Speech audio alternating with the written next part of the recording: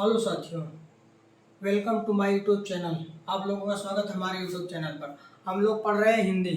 हिंदी में हम लोग पढ़ रहे हैं क्रिया। क्रिया कैसे किसे कहते हैं? तो क्रिया क्रिया क्रिया किसे कहते हैं? क्रिया हो जाएगा जिससे किसी कार्य के होने या करने का बोध होता है, उसे क्रिया कहते हैं। तो क्रिया के दो भेद, क्रिया रचना या बनावट के आधार पर दो प्रकार की होती है। पहला हो जाएगा सकारात्मक, उसके बाद हो जाएगा आक्रामक क्रिया। उसके बाद फिर हम लोगों ने पढ़ा था प्रयोग प्रयोग के आधार पर क्रिया के छह भेद होते हैं। प्रयोग के आधार पर क्रिया के छह भेद होते हैं। पहला हो जाएगा सहायक क्रिया, दूसरा हो जाएगा पूर्णकालिक क्रिया, तीसरा हमारा हो जाएगा प्रेरणार्थक क्रिया, उसके बाद चौथा हमारा हो जाएगा नाम धातु क्रिया, उसके बाद पांचवा हमारा हो जाएगा क्रियार्थक क्रिया, उसके बाद छठा हो जाएगा हमारा संयुक्त क्रिया।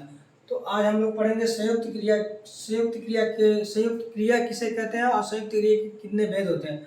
तो संयुक्त क्रिया जो क्रिया दो या दो से अधिक धातुओं से मिलकर बनती है उसे संयुक्त क्रिया कहते हैं।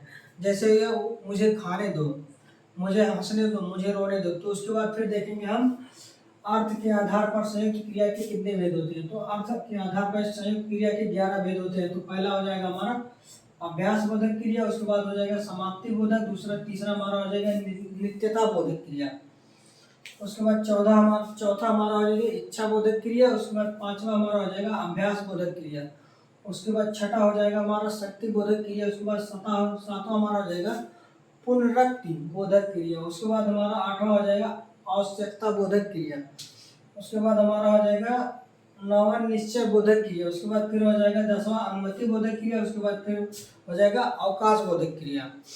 तो आज हम लोग पढ़ेंगे। तो पहले हेडिंग डाल लीजिए कि पहले हेडिंग हमारा हो जाएगा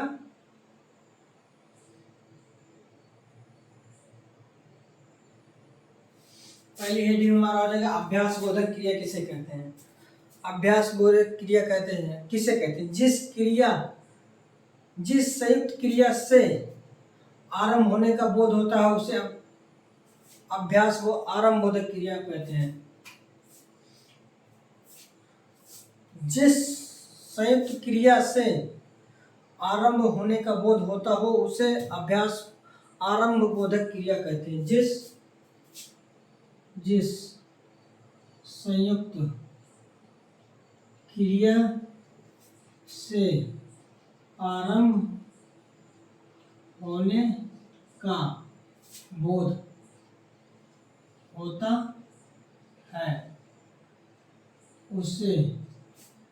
आरंभ बोधक क्रिया कहते हैं। आरंभ बोधक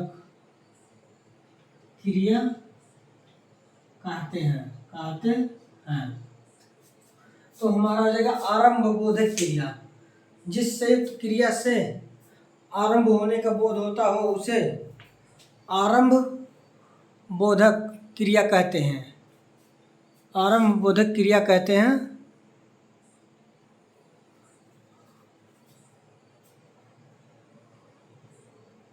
जिस संयुक्त क्रिया से आरंभ होने का बोध होता है उसे आरंभ बोधक क्रिया कहते हैं। जैसे हमारा हो जाएगा एग्जाम्पल में हमारा हो जाएगा पानी बरसने लगा, वह पढ़ने लगा। पानी बरसने लगा, वह जाने लगा, वह खाने लगा, वह चलने लगा, वह दौड़ने लगा। तो आरंभ बोधक क्रिया जिस संयुक्त क्रिया से आरंभ होने का बोध होता है उसे आरंभ बोधक क्रिया कहते हैं। जैसे हमारा हो जाएगा पानी बरसने लगा, वर्षा होने लगी, वह घर जाने लगा, खेतों में मजदूर काम कर रहे हैं, यानी काम लगातार हो रहा है। तो आरंभ बोधक क्रिया कहते हैं। उसके बाद फिर देखेंगे समाप्ति बोधक क्रिया।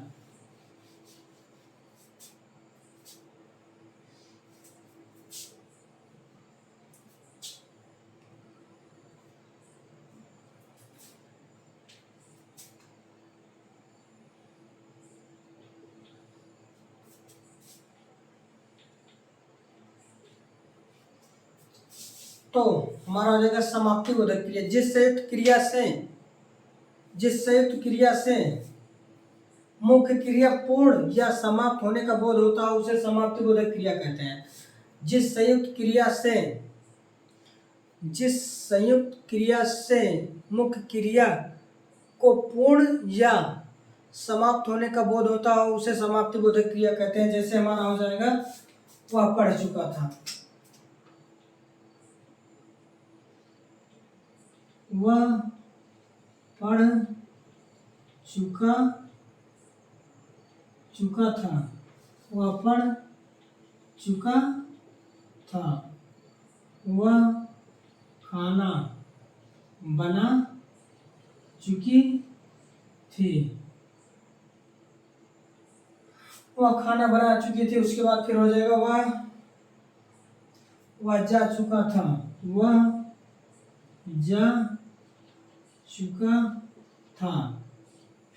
तो समाप्ति बोधक क्रिया में हो जाएगा जिस संयुक्त क्रिया से मुख्य क्रिया को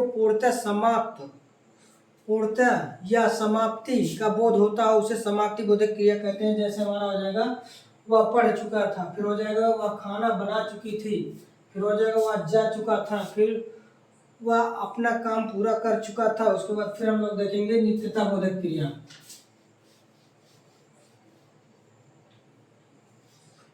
नित्यता बोधक क्रिया में हो जाएगा जिससे किसी कार्य के लगातार होने अर्थात बंद न होने का भाव प्रकट होता है उसे नित्यता बोधक क्रिया कहते हैं।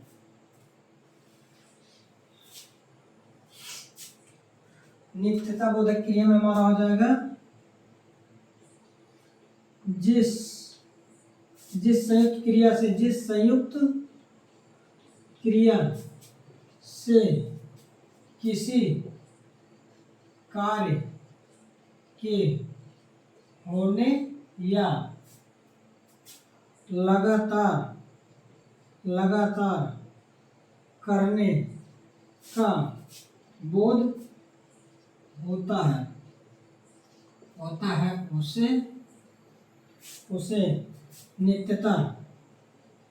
करने का बोध होता है उसे नित्यता बोधक क्रिया कहते हैं। जैसे हमारा एग्जाम्पल हो जाएगा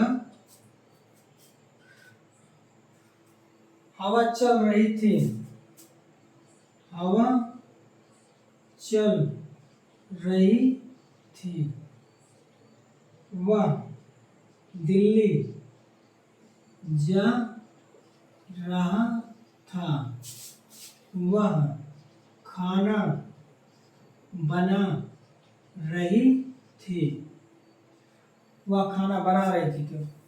तो नित्यता बोधक क्रिया में जिस संयुक्त क्रिया से किसी कार्य के होने या लगातार करने का बोध होता है उसे नित्यता बोधक क्रिया कहते हैं। जैसे हवा चल रही है, हवा चल रही है यानी काम हमारा लगातार हो रहा है। उसके बाद फिर वह खाना बना रही थी, फिर वह दिल्ली जा रहा था।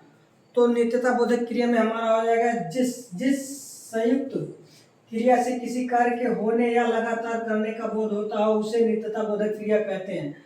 तो हमारा जैसे एग्जाम्पल हो जाएगा हवा चल रही है, फिर हो जाएगा वह दिल्ली जा रहा था, फिर हो जाएगा वह खाना बना रही थी, वह विद्यालय में पढ़ रहा था। तो फिर अगला देखेंगे फिर हमारा हो जाएगा इच्छा बोधक क्रिया।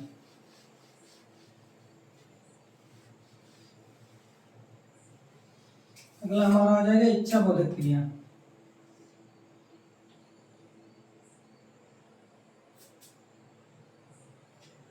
तो इच्छा बोधक क्रिया में हमारा है जिस संयुक्त क्रिया से इच्छा प्रकट हो उसे इच्छा बोधक क्रिया कहते हैं। जिस संयुक्त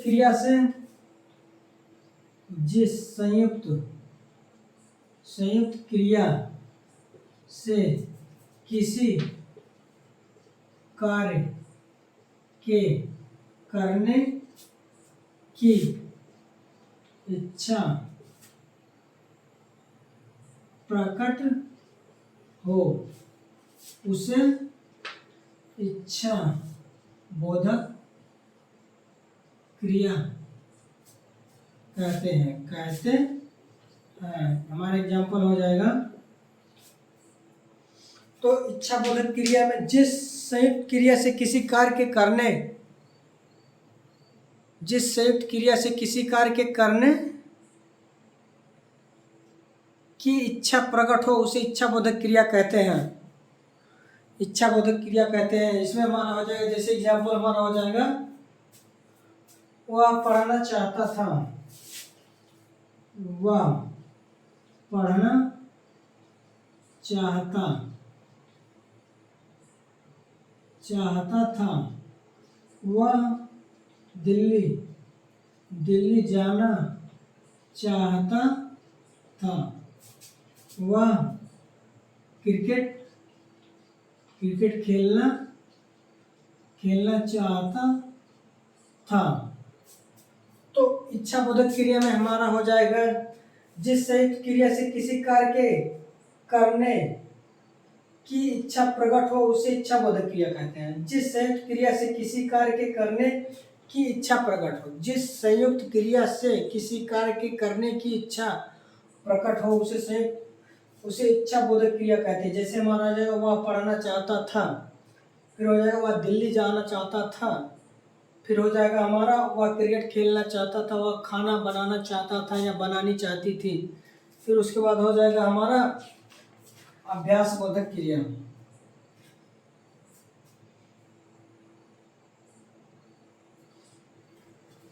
अभ्यास बोधक क्रिया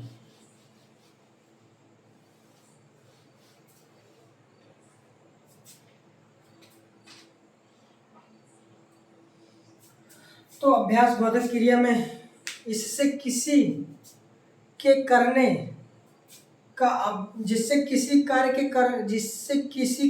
के करने का अभ्यास हो उसे अभ्यास बोधक क्रिया कहते हैं।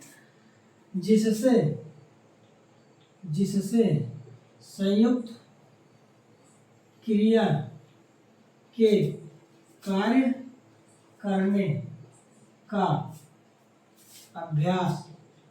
अभ्यास हो उसे अभ्यास बोधक क्रिया कहते हैं। एग्जाम्पल हमारा हो जाएगा, अभ्यास बोधक क्रिया जिससे संयुक्त क्रिया के कार्य करने का अभ्यास हो उसे अभ्यास बोधक क्रिया कहते हैं। जैसे हमारा हो जाएगा, मैं खेला करता था, मैं खेला करता था, फिर हो जाएगा मैं पढ़ा करता था, मैं कसरत करता था। तो हमारा आ जाएगा अभ्यास बोधक क्रिया में जिससे संयुक्त क्रिया के कार्य करने का अभ्यास हो। सबसे सिंपल भाषा में, जिससे संयुक्त क्रिया के कार्य करने का अभ्यास हो उसे अभ्यास बोधक क्रिया कहते हैं। जैसे हमारा हो जाएगा, वह खेलता था, वह पढ़ता था, वह कसरत करता था। उसके बाद फिर हम लोग देखेंगे अगला हमारा शक्ति बोधक क्रिया।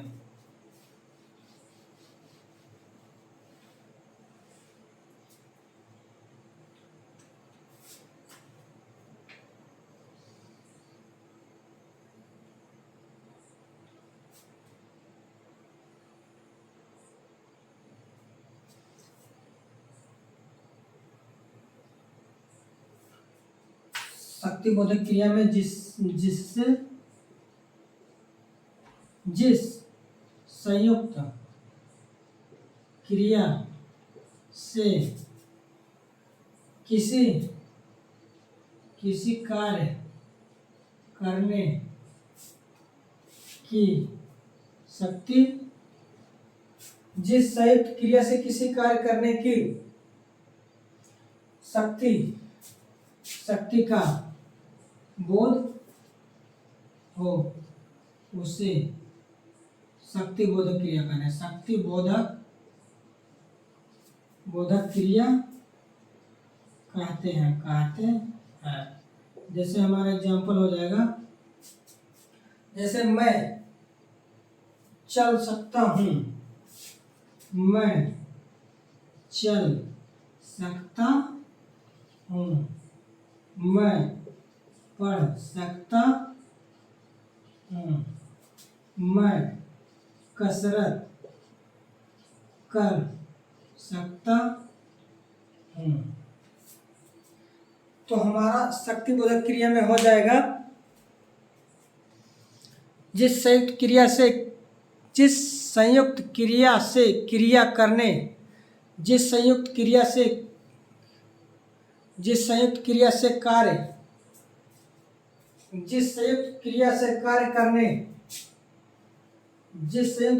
कार्य करने की शक्ति का बोध होता है, उसे संयुक्त क्रिया कहते हैं, उसे शक्तिबोधक क्रिया कहते हैं। एग्जाम्पल हमारा है, मैं चल सकता हूँ, मैं पढ़ सकता हूँ, मैं कसरत कर सकता हूँ। तो शक्तिबोधक क्रिया में हमारा है, जिस संयुक्त क्रिया से कार्य करने की शक्ति का बोध होता है, उसे शक्तिबोधक क्रिया कहते हैं। मैं चल सकता हूँ, मैं पढ़ सकता हूँ, मैं कसरत कर सकता हूँ। फिर उसके बाद हम लोग देखेंगे, अगला हमारा हो जाएगा,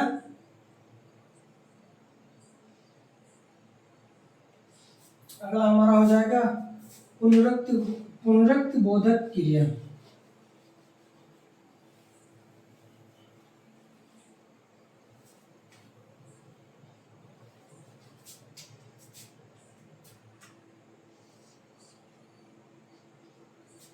पुनरुक्ति बोधक क्रिया में हमारा हो जाएगा,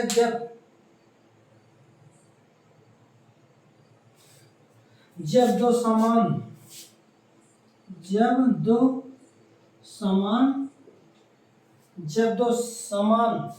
ध्वनि वाली संयुक्त जब दो समान ध्वनि वाली संयुक्त क्रियाओं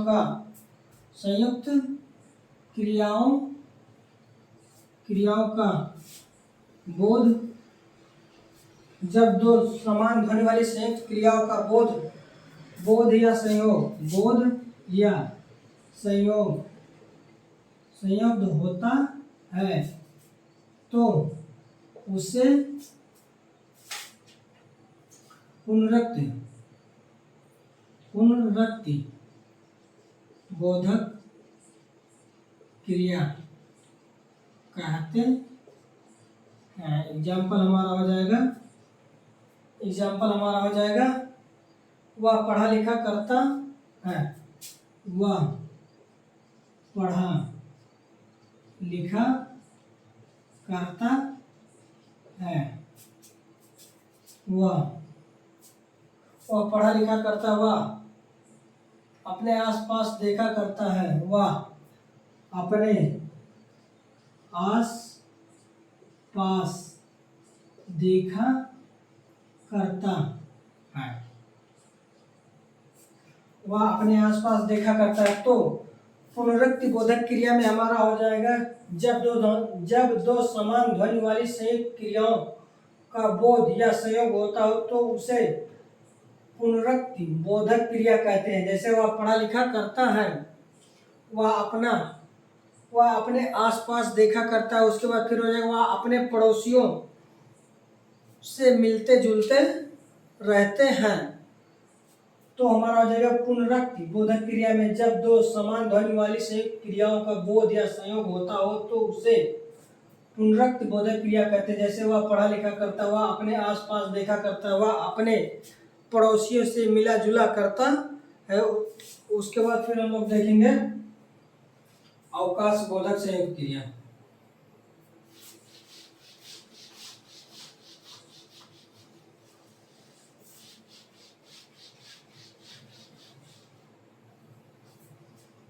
अवकाश बोधक संयुक्त क्रिया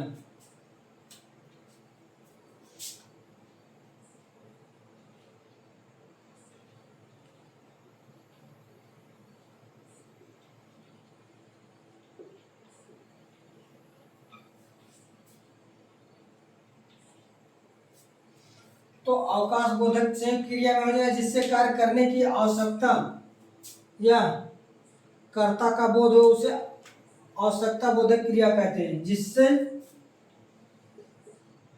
जिससे जिससे कार्य करने की आवश्यकता, जिससे कार्य करने की आवश्यकता आवश्यकता या आवश्यकता या कर्तव्य का बोध हो, या कर्तव्य का बोध होता है, उसे अवकाश बोधक आवश्यकता बोधक क्रिया कहते हैं। बोधक क्रिया कहते हैं। जैसे हमारा हो जाएगा आवश्यकता,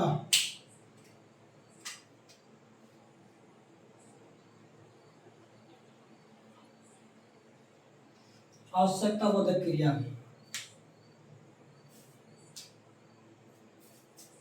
जैसे हमारा हो जाएगा मुझे यहाँ जाना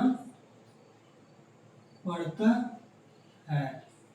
फिर दूसरा हमारा हो जाएगा वह काम मुझे करना पड़ता है, वह काम मुझे करना पड़ता है।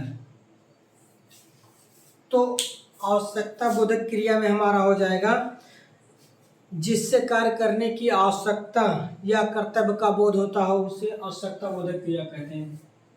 तो आवश्यकता बोधक क्रिया में हो जाएगा जिससे कार्य करने की आवश्यकता या कर्तव्य का बोध होता हो, उसे आवश्यकता बोधक क्रिया कहते हैं। जैसे हो जाएगा मुझे यहाँ जाना पड़ता है, वह काम मुझे करना पड़ता है।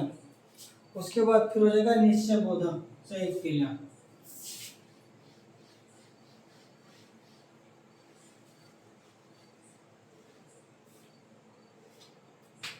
हमारा हो जाएगा निश्चय बोधक संयुक्त क्रिया। निश्चय बोधक संयुक्त क्रिया में हमारा होगा जिस संयुक्त क्रिया से मुख्य क्रिया के व्यापार की निश्चितता का बोध होता है, उसे निश्चय बोधक क्रिया कहते हैं। जिस संयुक्त क्रिया से मुख्य क्रिया के व्यापार, जिस संयुक्त क्रिया से मुख्य क्रिया के व्यापार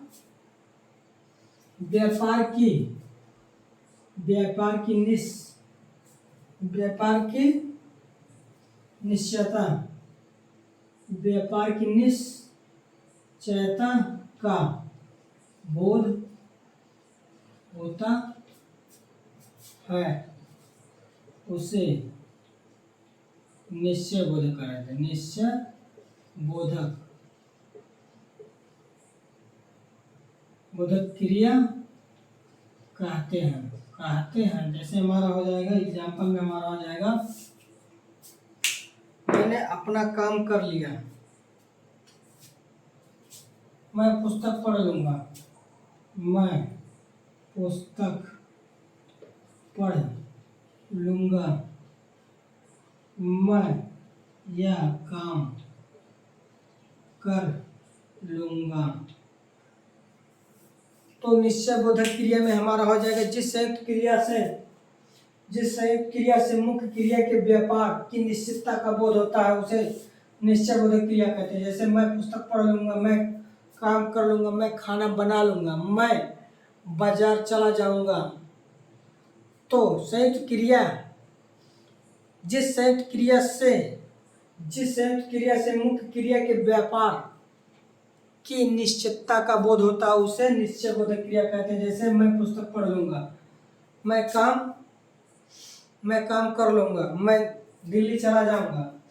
फिर हो जाएगा हमारा अनुमति बोधक क्रिया।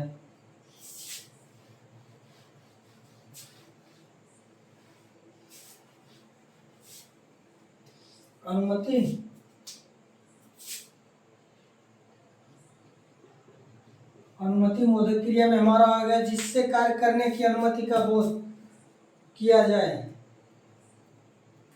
जिस संयुक्त क्रिया से जिस संयुक्त क्रिया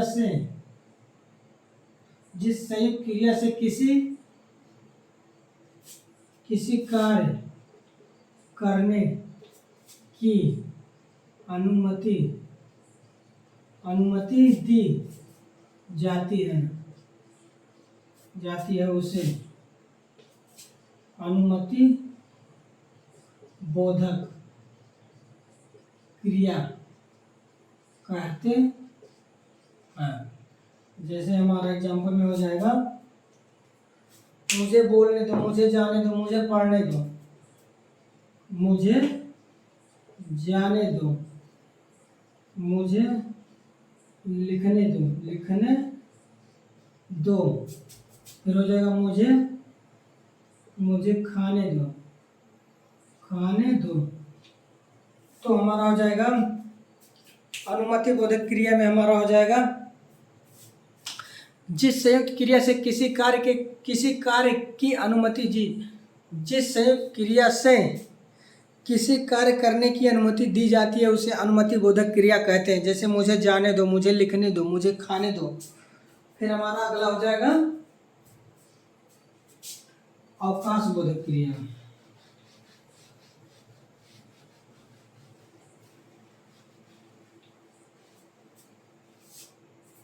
अवकाश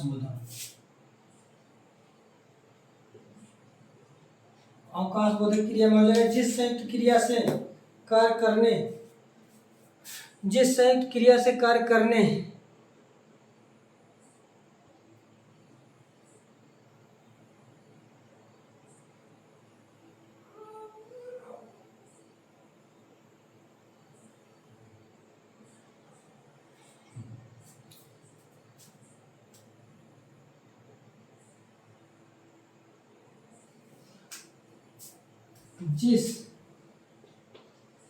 संयुक्त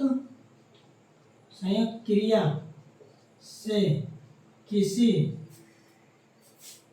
कार्य करने जिस संयुक्त क्रिया से किसी कार्य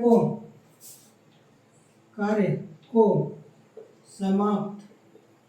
समाप्त करने का बोध हो उसे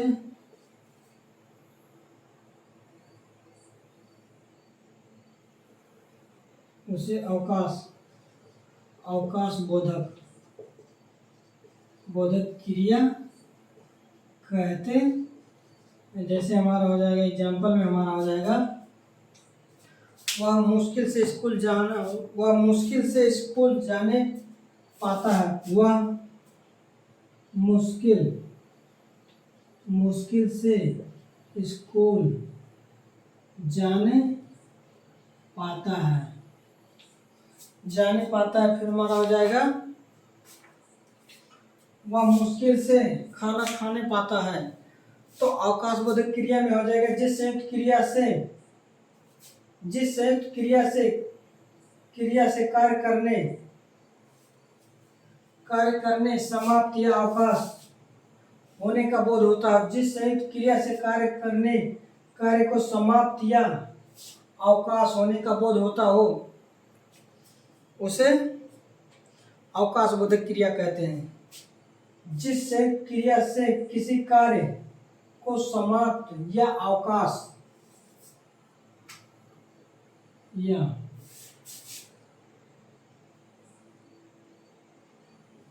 होने का बोध होता है उसे अवकाश बोधक क्रिया कहते हैं। जैसे वह मुश्किल से स्कूल जाने पाया, वह मुश्किल से खाना खाने पाया, वह मुश्किल से दिल्ली जाने पाया। तो हमारा हो जाएगा अवकाश बोधक क्रिया में जिस संयुक्त क्रिया से कार्य के समाप्त या अवकाश होने का बोध होता है उसे अवकाश बोधक क्रिया कहते हैं। जैसे वह मुश्किल से स्कूल जाने पाया, वह मुश्किल से दिल्ली जाने पाया, वह मुश्किल से खाना खाने पाया और वह मुश्किल से अपना काम पूरा करने पाया। तो आज हम लोगों ने पढ़ा क्रिया। हम लोगों ने पिछली क्लास में कुछ पढ़ा था जो हमारा छूट गया था, आज हम लोगों ने इस क्लास में पूरा कर लिया। तो हम कल पढ़ेंगे अविकारी या अव्यय। तो इस प्रकार हमारा